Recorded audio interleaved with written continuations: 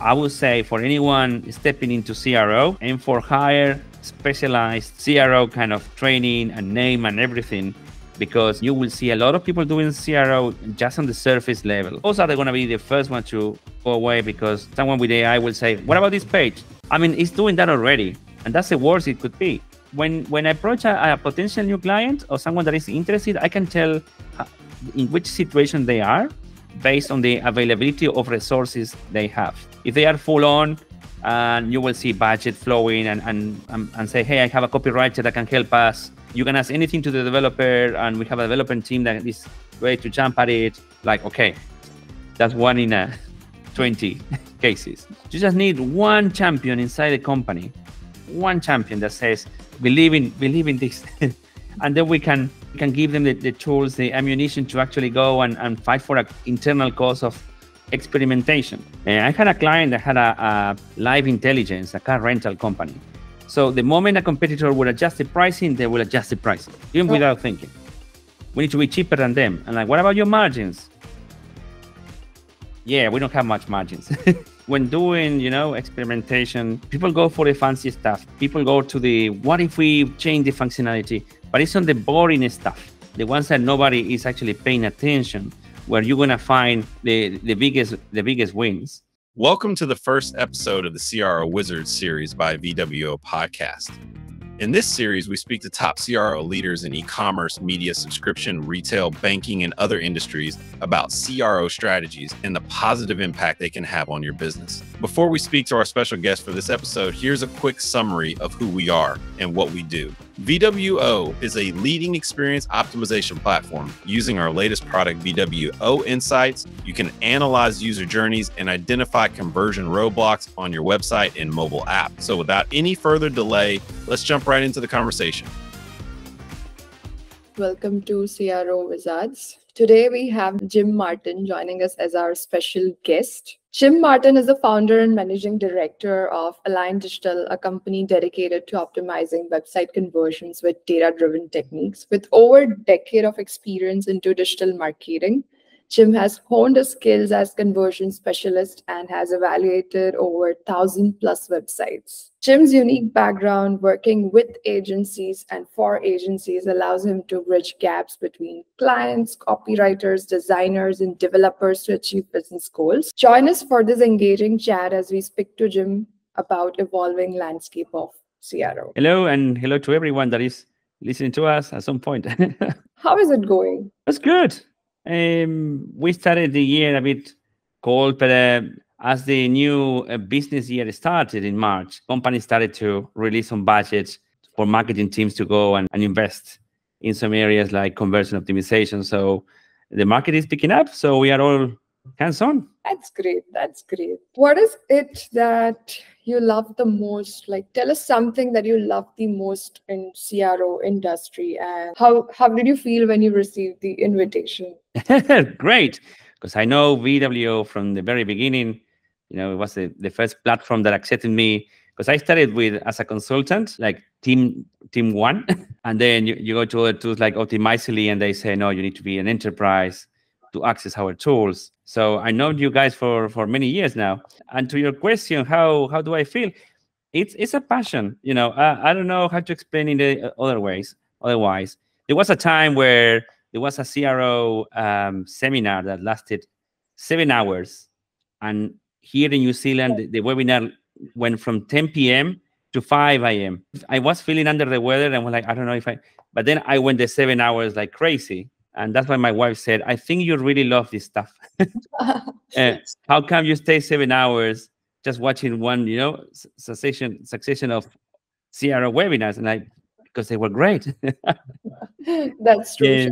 Well, you didn't give time to her that much, and now you're giving to CRO. Yeah. For some unknown reason, I like it. And, I work with SEO, with PPC. And at the end, the only thing I like it is when you get a conversion, that the reward when you see a lead, a sale, and I say, how can we get more?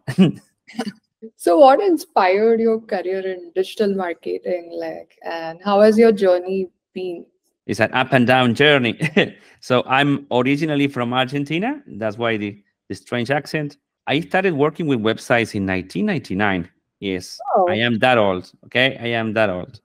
And after working with websites, I started working with marketing, and suddenly the two things started to collide, like to merge. And I'm like, what if we work in digital marketing? Back in Argentina, there wasn't much at the time, and me and my wife decided to move to New Zealand in search of specifically, at least for me, for a job related to digital marketing. It was hard to get to the market to say, hey, I can do things for you.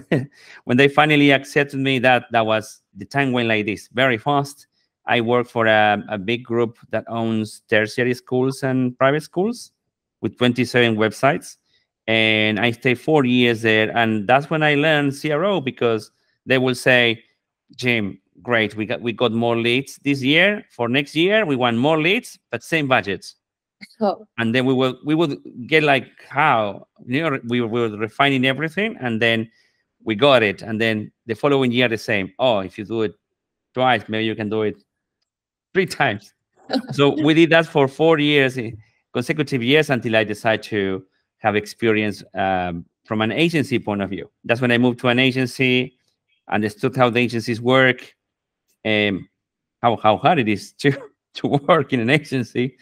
And then I decided I have enough contacts around and enough passion to open my own consultancy, which I think we are about 2 weeks to be like 6 years old, 7 year old. I don't know. It's been everything so fast ever since. that's great.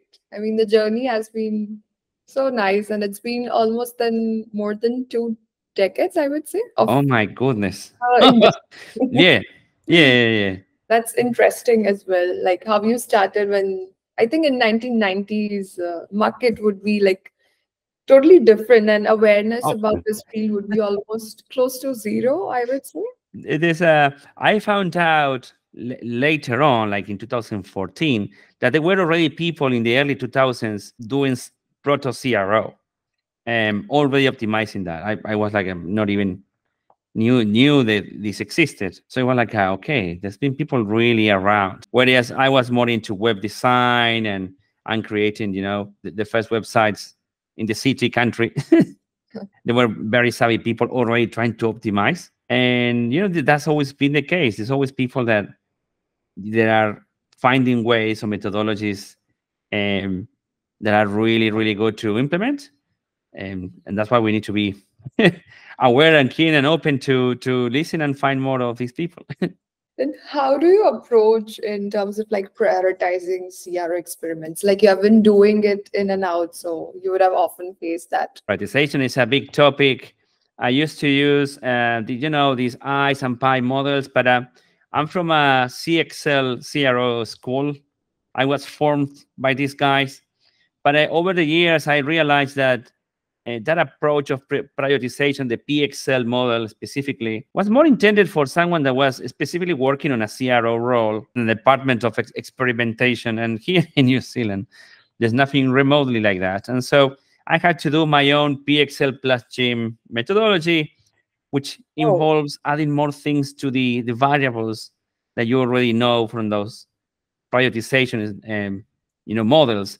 Not only seeing if it's feasible, if it's relevant, if you have enough traffic, enough conversions, but there is a political facet in which you also need to know which experiments you're doing to help the marketing teams that hire you.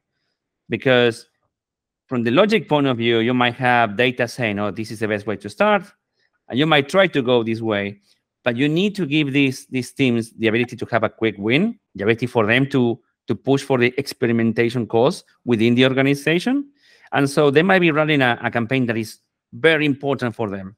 Maybe not from an economic point of view, but from the political point of view, or because many other departments are involved. And so when you rank it, it might be position number 3 in your prioritization, but you know that if you help with this campaign, that would unlock this team to get more support and then unlock them to experiment more. And so you will go for that one instead. So it's not that straightforward and with the models, especially when you have low traffic sites or many companies that have never engaged with the experimentation.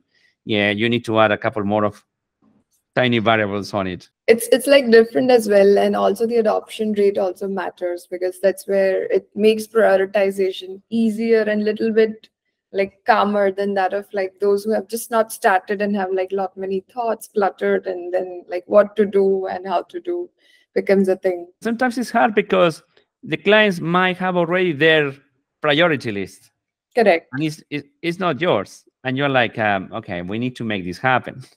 So, and then you have two options. Either you compromise and say, look, I'm going to do a little bit of this, but we are also going to focus on that. Or actually you go and say, no, sorry.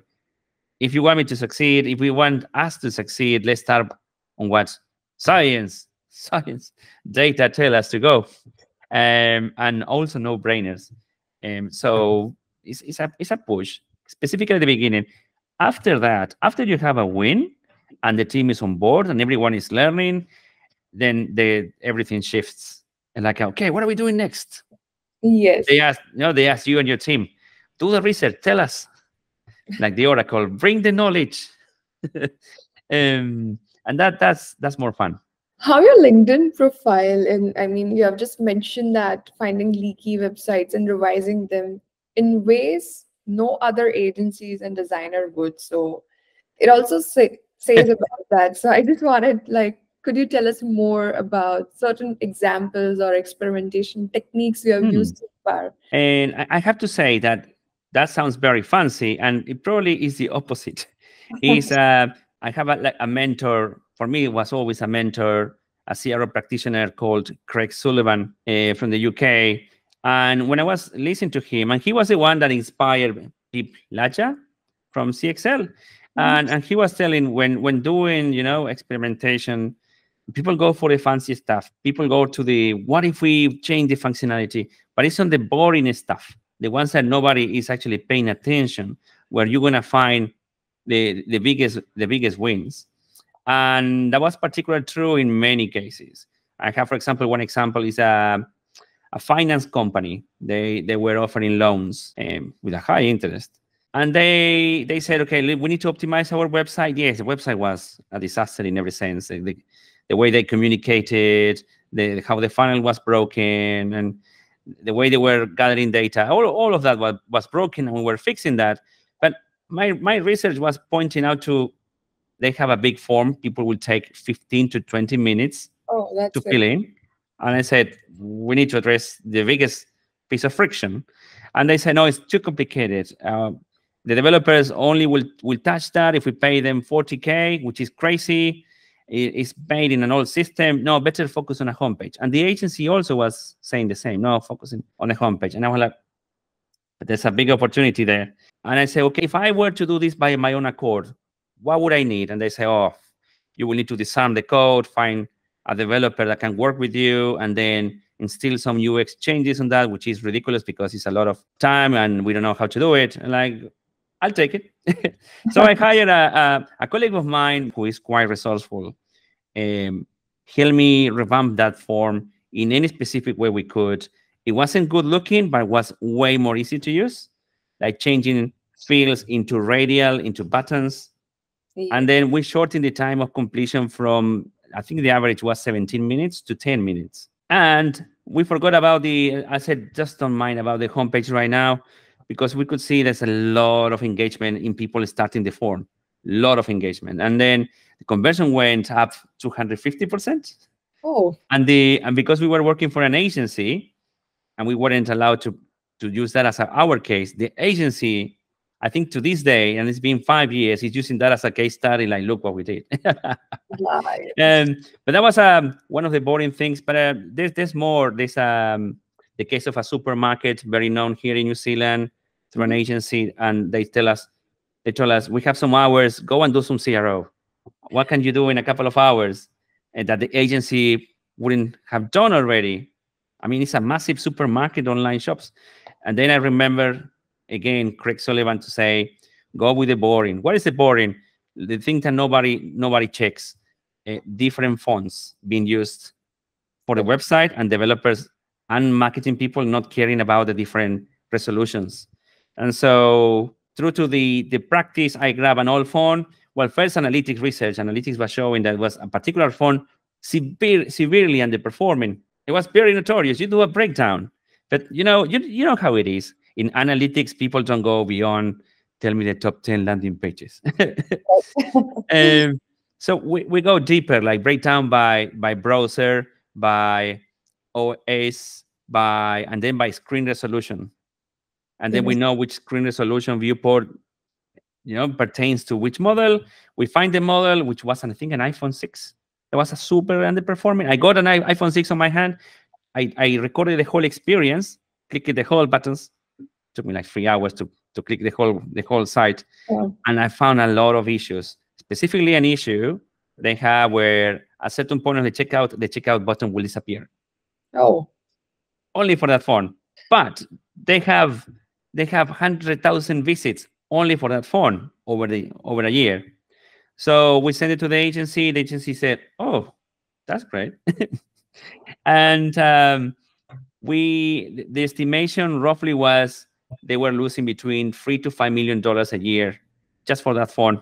And they were like, "Yeah, we're gonna try to gain the client to stay longer with us."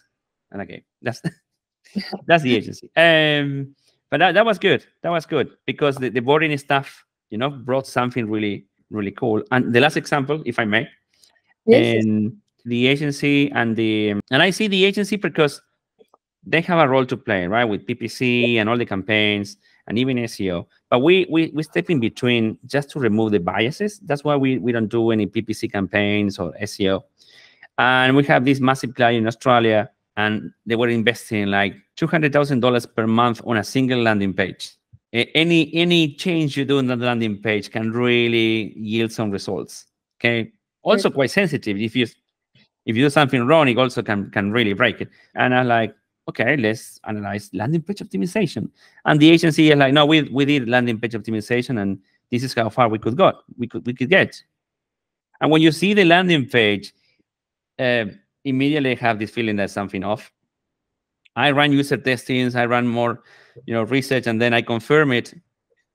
It has too many elements, too many call to actions. It has people getting confused. It has, we learn about the congruence, right? The logical order of a page from beginning to end on what you say, how you present it, and the congruence was interrupted all with their own priorities. I have a promotion, keep seeing about my service, but wait, I have something else.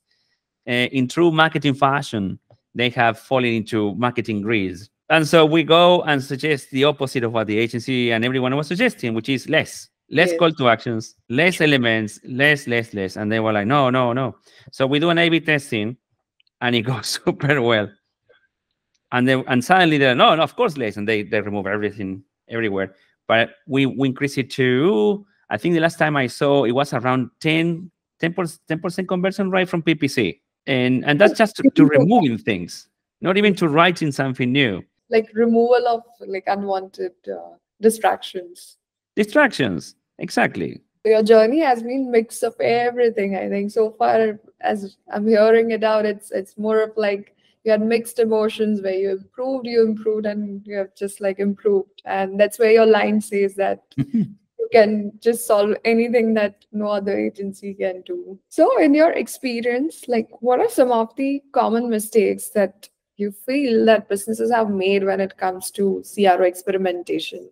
Here's the list. I think in New Zealand, for example, and in Australia also too, I think the first mistake I've seen companies doing is not doing any experimentation at all, and they just get many things going on, and when they have enough, they say, "Do we do experimentation? No, let's do a new website," and they start again, and the cycle repeats. It's now and then when they do it like 3 times, like, "Hey, actually, we changed our website 3 times in the past 3 years. What's going on? Can we do something different?" And then they go to the agencies, and they're like, and the agency's like, "Well, we never told you, but there is something called CRO that you might be interested in." And so that's issue number 1: lack of awareness that something exists for doing experimentation. If you don't want to call it CRO, it's okay. Just do experimentation, just understanding what's working and what is not working in your website, Correct. It takes time, it's consuming, and it might be boring for some, but it's really valuable. The second thing is the mindset. I'm working with a team, a new client of us for the past 2 months, and we started in a bit of a prickle because their objectives were out of this planet in terms of feasibility.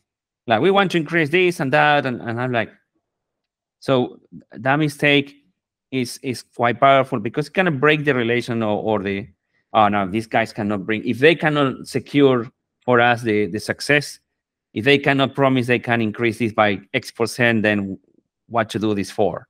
But we talked, and I recorded a video. I remember I went to, instead of replying by email, I said, no, it's gonna be misinterpreted, the reasons why we cannot ascertain guarantee success.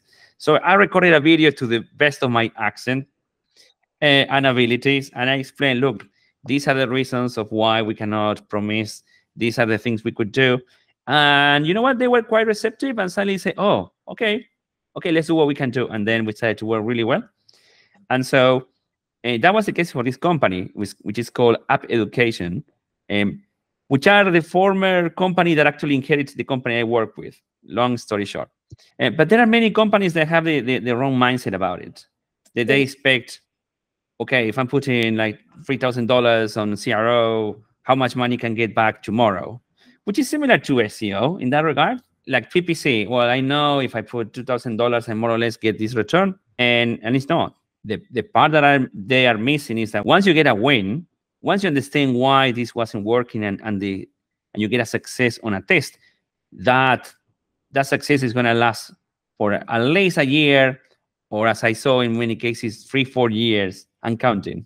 And you know what happened is that some of the clients I have now were part of marketing teams in different companies that actually moved to a different companies and say, we need to do experimentation. Let's call, Align Digital. We have a team. We know how to work together. In the mindset of most companies, they are fixated on the competitor. What my competitor is doing.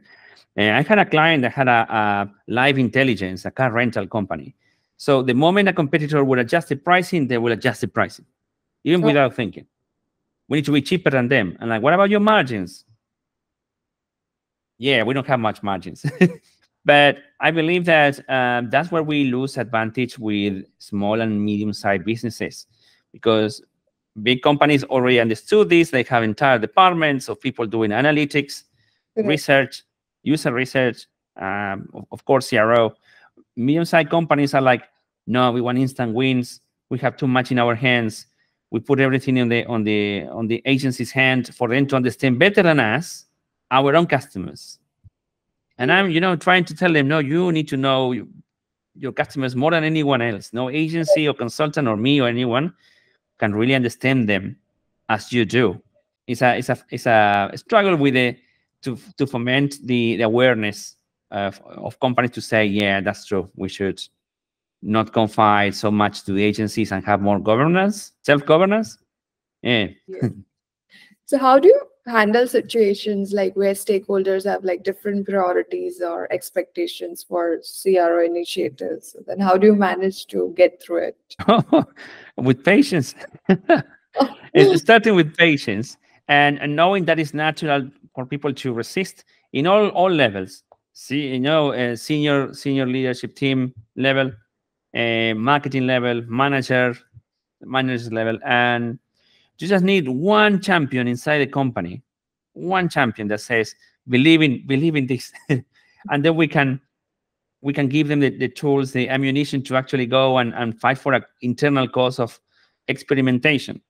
And then I believe the best way to earn people's trust is by showing what we did. Like, hey, this is what we found. The test failed, but we got invaluable information. This is now going to help us with the next test. And this next test, we go and try it. It's a success. And then we go back and say, you see how we failed here and here, but you see the methodology. You see how much we learn about this and how that information can now nurture agencies' campaigns, can give insights to your market, from your market to your leaders to know what decisions to make, because it's really transformative, that aspect. It's not just optimizing one landing page. Correct. In the process of optimizing any part of the website, you do a research that surfaces many important things. I can give you an example if you want. Oh, yes.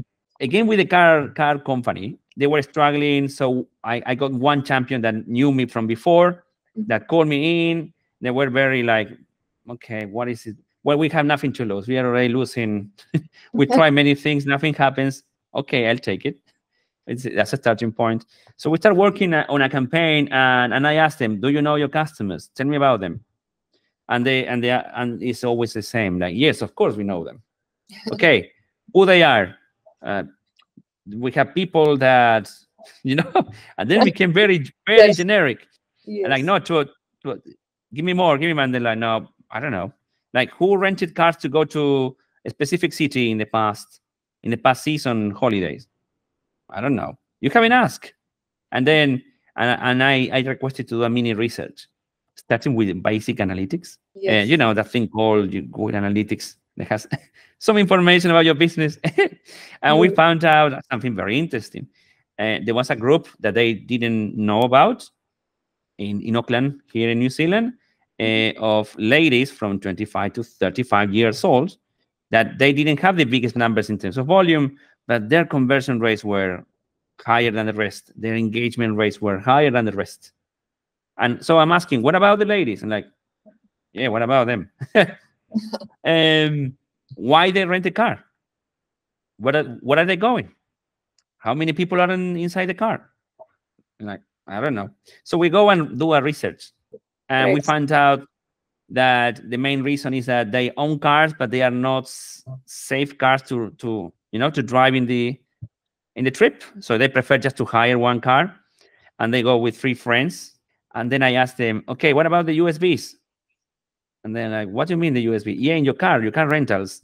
Do you have USBs on the back? And then why is that important? Well, it is important because you need to assume they're going to be taking photos, all along the way. The scenery is great. And they're going to really empty their phones. They need to charge their phones while they travel. Oh, yeah, we have some. You have. Well, why we don't, use that for a new campaign? When instead of telling them that we are the cheapest, we are not the cheapest, but we have USBs on the back. Instead of telling that the car has 5 doors, like every single car rental company, rent our cars, it has 5 doors. Wow. Very generic stuff. It's like, no, we put photos of ladies that actually went there in the same place they go there. We mention the cities they visit, and we make it more, trustworthy. Personal. Yes. Trustworthy. Yeah. And of course, we launch a campaign, and the campaign goes really well. Ta-da. Yeah.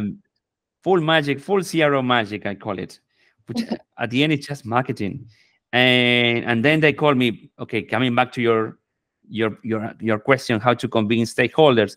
The owners were some Japanese people that never run any campaigns. And so they came visiting the office, and they said, okay, Jim, go and present. We need to convince them that this is good. And so I had to present in a whiteboard to these people to say, Yes. if you find out who your customers are, if you present a value proposition that is clear and easy to understand, and a really easy to follow package, they will hire the car. And they were like, wow, sugoi, they were in Japanese. So again, you convince them with facts, which is much easier and more powerful than just convince them with words. So you try to gain a bit of attention in terms of your first champion inside a company, and from that you start to pull and request access to experiment, have wins, pull more experiments until as it happened with our client last year, someone from the senior management came in and said, hey, I hear the way you are working. They explained me. I was like, did they? Yeah, my team explained that to me, and I love the process, and I'm thinking I'm going to grab that experimentation process of removing bias. I'm going to apply it for different areas beyond marketing. And everyone was like, okay, that went well. Otherwise, I mean, I'm talking the positives of it. Right. I also have the negatives where they said, yeah, we're gonna handle this from here, and then they vanish. They don't want to do any experimentation. They want to solve it with a campaign that can actually do everything at once, and yeah, never ends that well that approach. But you do what you can do. So what advice like would you give to a business who is looking to build strong experimentation culture like we also discussed? So what would be one piece of advice those who are really looking to build that culture? Managers and leaders have a lot of ways into this. So the first approach is awareness of what it means, really. Just to go and find info, go and talk to people. They don't have to sign for anything. They can just go and ask agencies and say, what is this whole thing about experimentation and how that is a positive and not a money pit? How do I know if I put money here, it's not going to go to waste? And then hopefully, they get to someone that runs experimentation programs, CRO programs specifically, that can actually tell them these are the positives, but this is the work that is involved, and this is how it changes the perception and the way of working you have. But for example, that group I mentioned today, the app education group, they are struggling quite a bit because management thinks that marketing needs to ask IT for doing things on the web. And so it's very hard for them to initiate an experimentation program when you cannot experiment much. They are using VWO, so we're doing as much as we can in there. But at some point, we have technical limitations that requires budget for. So I can tell when I approach a potential new client or someone that is interested, I can tell in which situation they are based on the availability of resources they have. You can tell if they are full on, and you will see budget flowing and say, hey, I have a copywriter that can help us. If you train them, hey, you can ask anything to the developer, and we have a development team that is ready to jump at it. Like, okay, that's one in a 20 cases. Yes. And then cases where you have one person to say, I want to do all this, and even the manager is like, yeah, I've been told about this program, but we have our focus on X, Y, and Z. Or they come and say, so this SEO? Like, no. No. Oh, then what are you doing? Oh, okay.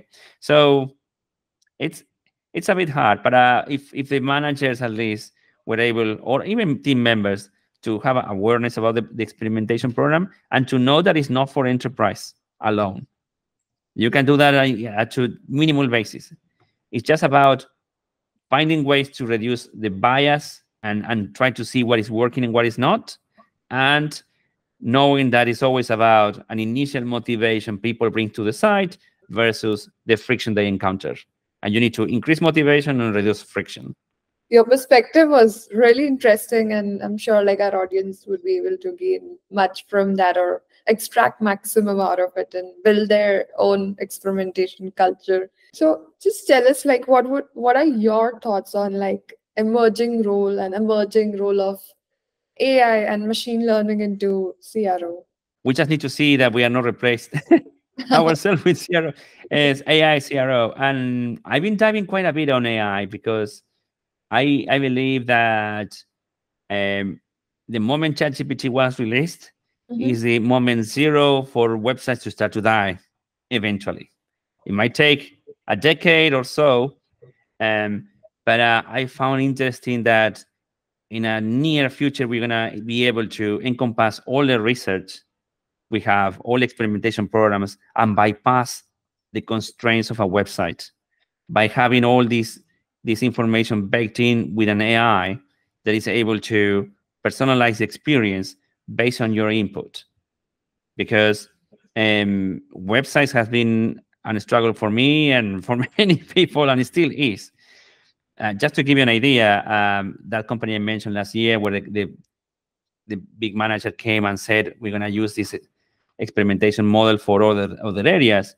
Well, we modified, and it went well. A product page, but it took, I think I counted 22 people involved for modifying a product page. There were two agencies involved, and and then the company's team, everyone around for making a couple of changes on a product page, 22 people, and it was super expensive. Fortunately, it went so well that then I can replicate very quickly that to all the pages, and they are in the process of doing that and hopefully increase the overall and recover the expense of that. But why is so costly? And in this idea of experimentation and see, is this working? Are people understanding what I'm saying? I'm clear enough. And with AI, you can actually go like this. You can prompt it. I've been trying different areas, so I'm very excited about it. And at the same time, I think that many companies will say, "Do we hire an agency or a consultant to do CRO?" And they will be like, "Better we ask ChatGPT. Hey, ChatGPT, this is my URL," which is happening right now. And Yes. right now, ChatGPT will tell you a bit of nonsense. Oh, you need to do this, but if you give it a year or two, and someone is going to release, if not me, a specialized CRO and train AI for certain things to look at, connected to GA4, connected to this and that, to speed the prioritization. Like, okay, I believe this is the page we need to do first, and this is why. And I think not just CRO, SEO, and many of those areas, AI will remove all the base commodity that it is. Only, so I would say for anyone stepping into CRO and for higher specialized elite CRO kind of training and name and everything, because everything that is not, and you will see a lot of people doing CRO just on the surface level. I'm going to do an audit, and then I'm going to change elements of your page, the colors here, the design, not to do any research because that's more expensive. They keep it at a surface UX, because it's not really truly UX. It's a surface level UI, and those are going to be the first one to go away, because someone with AI will say, "What about this page?" And then the AI will very quickly say, I mean, it's doing that already. It's not doing that Yes. in a really good shape, but it's starting to. And that's the worst it could be. And so you think, what are the things that AI cannot step into? And that is in the research, understanding human behavior, and understanding the emotional component that makes people buy something, not the logical one, the emotional one. And for Yes. that, you need to nurture yourself with knowledge and experiences of other people, and do your own practice. And then you will have that sense augmented. And then there will be companies that will say, yeah, we are not for the surface level AI advice. We really want someone that goes deeper and dig Something more beyond that, what AI can more real. But that would mean that all markets, the SEO market, the CRO market, are going to shrink. I'm going to push people to either excel or be out of job. do. That's my vision, which is maybe not such as optimistic. I think it's optimistic because the people that are really into these areas, they are really go into these areas. Optimistic because it will take away those who just do the semi practice. I can get away by just changing this here and here, the UI of this landing page, and that's it. Companies are not going to say, okay, we need to find a consultant. You have someone working on a marketing team who wants to have a salary increase, who is hungry for success and pushing for that company. That's this younger generation, and they will be like, let me try with this first. I know there is something with AI where, with a bit of knowledge I have and this tool, I can do quite a bit of good damage. I can do some noise with this, and they will. It's they have it already there. The tool is cost efficient, it's super cheap, and it's immediate. It's just a URL, and suddenly you have, I already have a new service which is in beta, which I'm connecting GA4, Search Console, PPC of any type, like Google Ads, Meta, into one platform with an AI on top that is being pre-trained. And so you can ask it, go and find me, and you can actually put prompts that gathers information from Search Console and gather information from Google Analytics and gives you the answer straight away.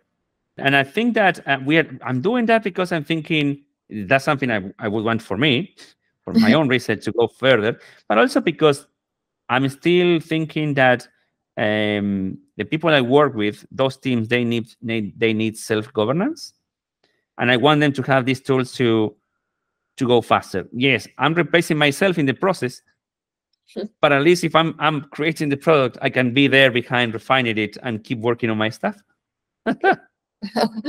You're helping yourself by reducing some part of your work, and like maybe you'll get more to think on top of it and like execute in a faster way. Maybe. I'll tell you in a couple of months. Let's reconvene in a couple of months, and I'll tell you how it goes. Yeah, we'd love to know that.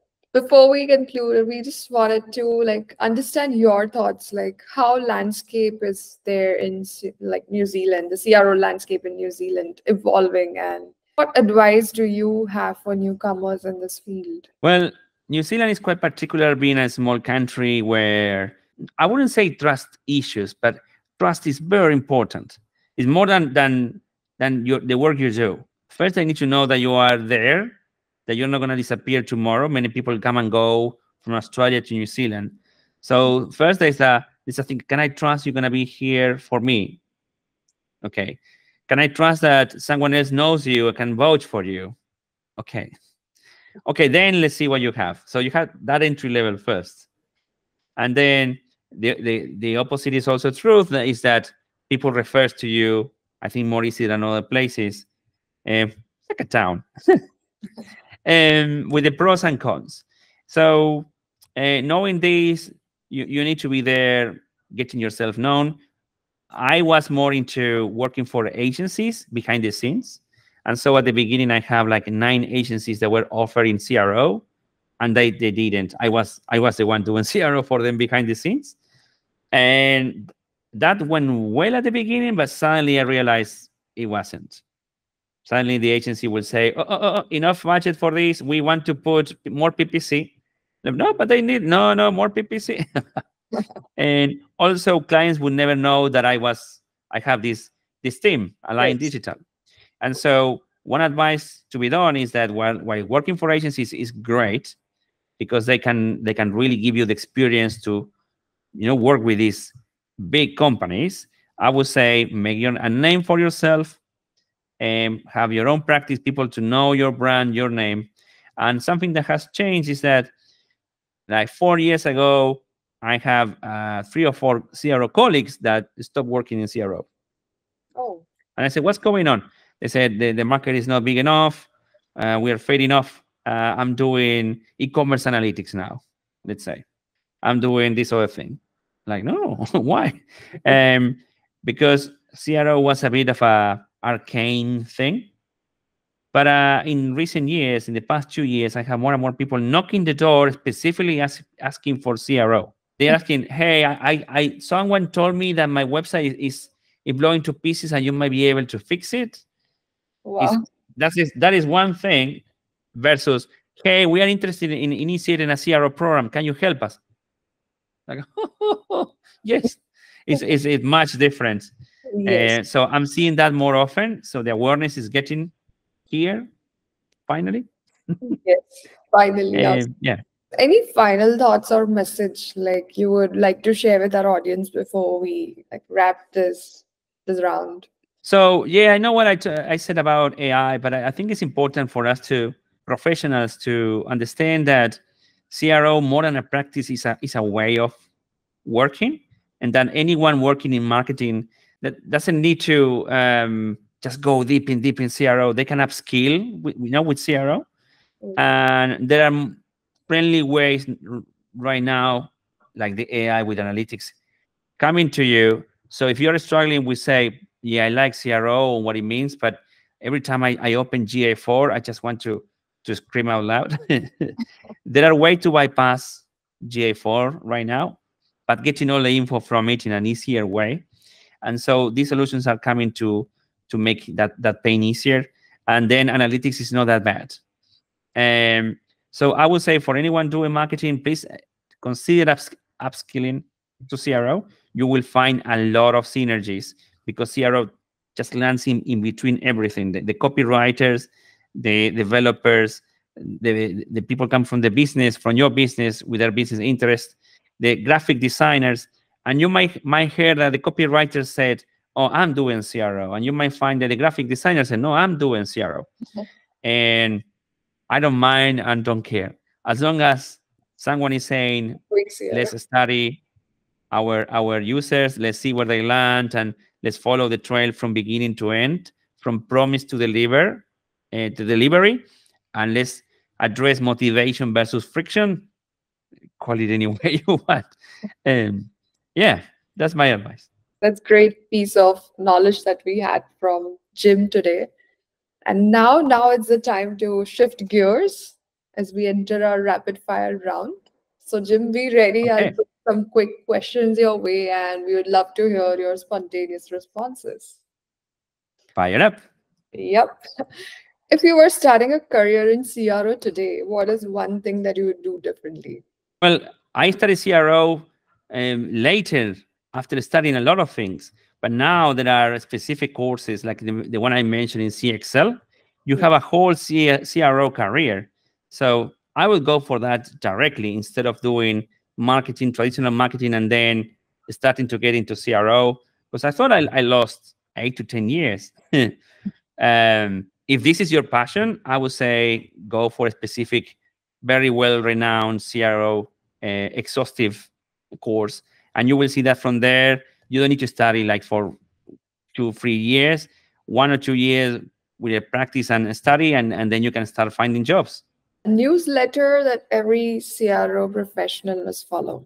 Oh, everything that has from Spiro, which is a company that acquires CXL, and everything that these guys are doing is great, and they have a great newsletter. But I also suggest to follow, in LinkedIn. I read more LinkedIn posts than newsletters, if I'm honest. I think the newsletters are a bit slow. Not to demerit those because they have more comprehensive articles, but I follow key people on LinkedIn, and Craig Sullivan is the one I mentioned. If you're starting, as another one called The Board. I think it's Robert The Board. There's a couple of guys. If you see on the CRO environment, there's not many, and there's 5 or 6 of them, and they are posting research and ways of working, even working with AI for doing CRO, and that are great. So tell us 3 books that you would recommend to our listeners. A book from landing page optimization. What's the author? Oh, there's the good thing about landing page optimization is that taps into something that everyone manages, and from there you can actually spiral.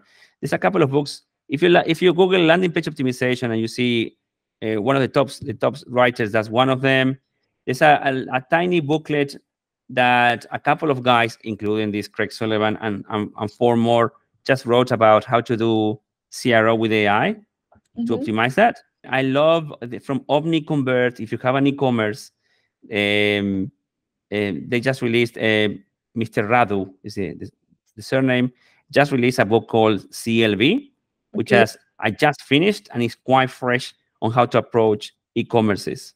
Yep. So tell us, what's your go-to travel destination in New Zealand? Oh, travel destination in New Zealand. Over the years, we visited up north.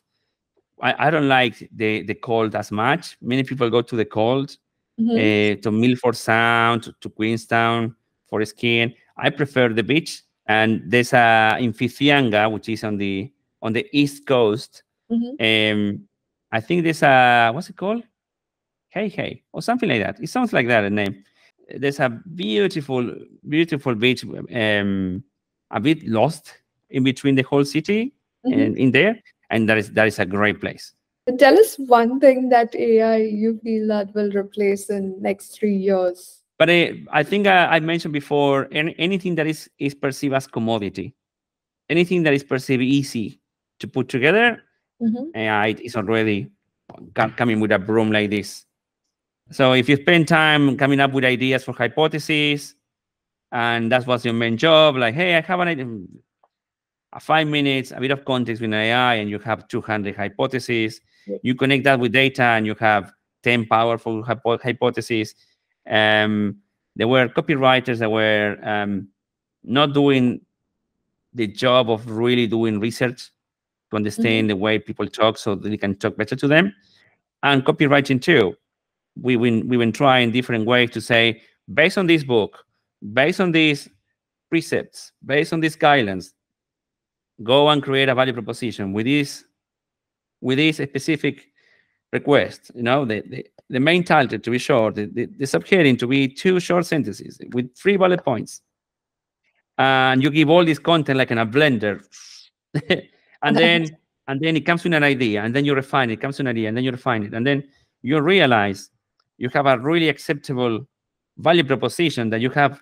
I validated those in user testings, and it's working much better than the initial one, without having to hire a copywriter, which normally that costs quite a bit, the piece. So it allows you to go further, even though you will say, well, it's not 100% excellence. It doesn't need to be. It just need to be better than what I have. But there are copywriters that take the time to do user research and understand things that you will never get with an AI. So again, everything that is commodity, in the next 3 years is gone. If you would not have been a CRO specialist, what other profession you would have chosen? If I weren't doing this, you mean, what would I do? Wow. I play something called paddle. You know that sport? Yes. But it's new to New Zealand. It's been around for 40 years, but New Zealand just arrived last year. I think as a career path, I will have my own club, and I will run the marketing of it, and every promotion of it. I think it's a bit different from the CRO path. Yes. Tell us one CRO metric that you wish that people should stop obsessing over. You're saying this because you want me to say bounce rates. Come on. Come on. Yes. Bounce rate is the number one by far and has been for the past 15 years. Oh, it's a high bounce rate. Everything is bad. Well, you have an ad display from a Facebook campaign promising something washy-washy with a beautiful photo. Nobody understood what it is, but they click it anyway. And you are complaining that 90% are bouncing. And also that the metric is misinterpreted because they used to have the timing page, was referred to the people that actually was part of the 10% that stay. Anyway, that metric has been badly utilized. Conversion rates also. Yes. We have a low conversion rate. And do the breakdown. What do you mean? Well, what sources are producing which conversion rate? Oh, yes, this and this and these sources. Okay, you want me to increase your conversion rate by 40% right now? Okay, let's switch off the ad display campaign. What do you mean? Yeah, switch off the ad display campaign. I'm going to save you a lot of money. You will see how the conversion rates go up so high. And the same way that, hey, we used to have a really high conversion rate, and now everything is bad because conversion rate is low. And then what have changed? No, nothing. We just switch off the promotion. What was the promotion about? Well, we have a 70% discount across the store. 70% discount. Well, you had conversion rates, but you were losing margins. And so what do you want? Conversion rates or margins? So those conversion rates weren't real to start with, right? You were inflating them by giving them a lot of easy stuff, which is lowering your pricing. And so it's a very misunderstood metric that we have in CRO. As you know, everyone that works in CRO is trying to change the name to something else, or to call it conversion optimization by passing the R, just because the R is never taken into context. But I think it's our job just to inform and say, no, wait, conversion rates in which sense, which traffic source, which kind of promotion, which kind of landing page, and then we compare the conversion rates against itself as a benchmark, and then we increase it, not just because. Everyone that works in CRO is trying to change the name to something else, or to call it conversion optimization by passing the R, just because the R is never taken into context. But I think it's our job just to inform and say, no, wait, conversion rates in which sense, which traffic source, which kind of promotion, which kind of landing page, and then we compare the conversion rates against itself as a benchmark, and then we increase it, not just because. Tell us your one dream that you would want to achieve in your next 3 years. One dream or goal. I don't know. I'm quite happy. My dream would be to see my kids, stepping into their professions with none of the hiccups I had to go through. Coming from Argentina to New Zealand, the whole thing in Argentina was quite hard to navigate. I would prefer that, since the parents did the effort to come to New Zealand, for them to have an easier way and for them to be able to retire sooner than I will have to enjoy life a bit more. That would be a dream. I think that's so kind of you are so kind to your kids, and your kids should be proud of having like you doing this thing so that they have a brighter future and a sooner retirement. I hope they value that someday. Not give it for granted. Yes, of course, we have all this. Cool. This has been a fascinating exploration of CRO Wizards, and we are excited to see what future holds for CRO. Right. Thank you for having me. Yes, and so till then, everybody, stay tuned. Until then, happy optimizing.